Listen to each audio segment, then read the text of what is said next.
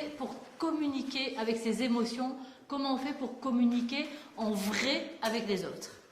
Alors, on va faire un exercice pour se sentir bien tous ensemble. On va tous se donner la main et on va juste sentir dans son corps qu'est-ce que ça nous fait de nous sentir tous reliés et d'être tous là ensemble. D'accord ?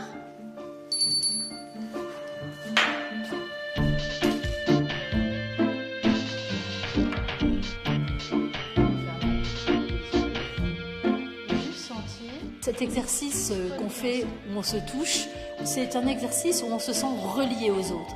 On se sent vraiment faire partie d'un tout. On se sent vraiment unis avec les autres et on se sent vraiment dans une communauté et intégré. Et être intégré, avoir des amis, se sentir relié, c'est un ingrédient central du bonheur.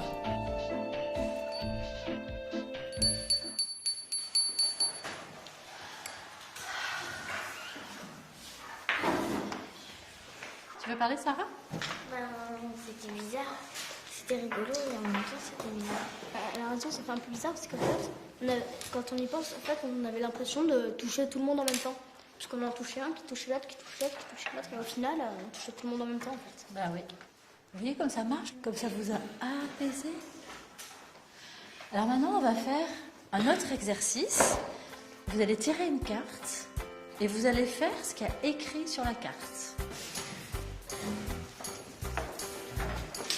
Dire ce dont j'ai le plus honte. Un peu agressive. Que tu es un peu agressif? Oui. D'accord. Si tu pouvais revivre un moment de ta vie, quelle chose dirais-tu?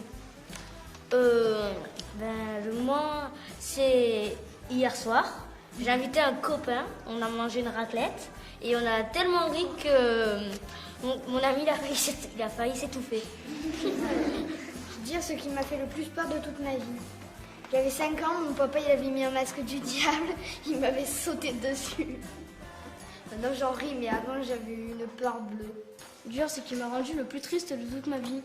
Oh bah là, je sais pas. Alors vous voyez, c'est pas si facile d'arriver à dire quelque chose de soi et c'est pas si facile de se poser cette question-là. Et quelquefois, on n'y arrive même pas. C'est pour ça que c'est très important d'apprendre à communiquer en vrai et de pouvoir dire les choses qui sont importantes pour nous et de pouvoir aussi les partager avec les autres. Alors maintenant, justement, on va faire un grand exercice de partage. On va faire l'exercice du cadeau magique. Vas-y, Sébastien. Là. Et là, tu vas te dire qu'on va venir te faire un cadeau magique. D'accord? Et dans l'oreille, chacun à son tour, tous les autres enfants vont venir te chuchoter quelque chose de très gentil à l'oreille. Vas-y Nicolas, tu chuchotes. Tu es fort au tennis. Tu es beau. T'es sympa. Tu es super méga ultra sympa. Dans la vie, on a toujours peur d'être un peu ridicule. On se dit que si on dit à quelqu'un qu'on le trouve joli, qu'on le trouve gentil, qu'on le trouve sympathique, ou encore quelque chose d'incroyable, qu'on l'aime, on a peur de se sentir ridicule et on se dit que l'autre aussi va être gêné.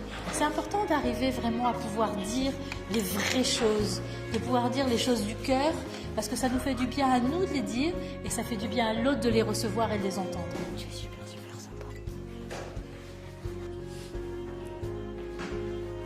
Super, merci. Alors maintenant, Sébastien, est-ce que tu peux nous dire qu'est-ce que ça fait d'être là au milieu et de recevoir tous ces cadeaux magiques? Ça fait vraiment plaisir. Il y a beaucoup de compliments, ça fait vraiment plaisir, ça fait chaud au cœur. Alors pour finir, vous allez reprendre la réglette d'humeur. Là. Alors vous prenez le temps de bien répondre à cette question. Comment je me sens?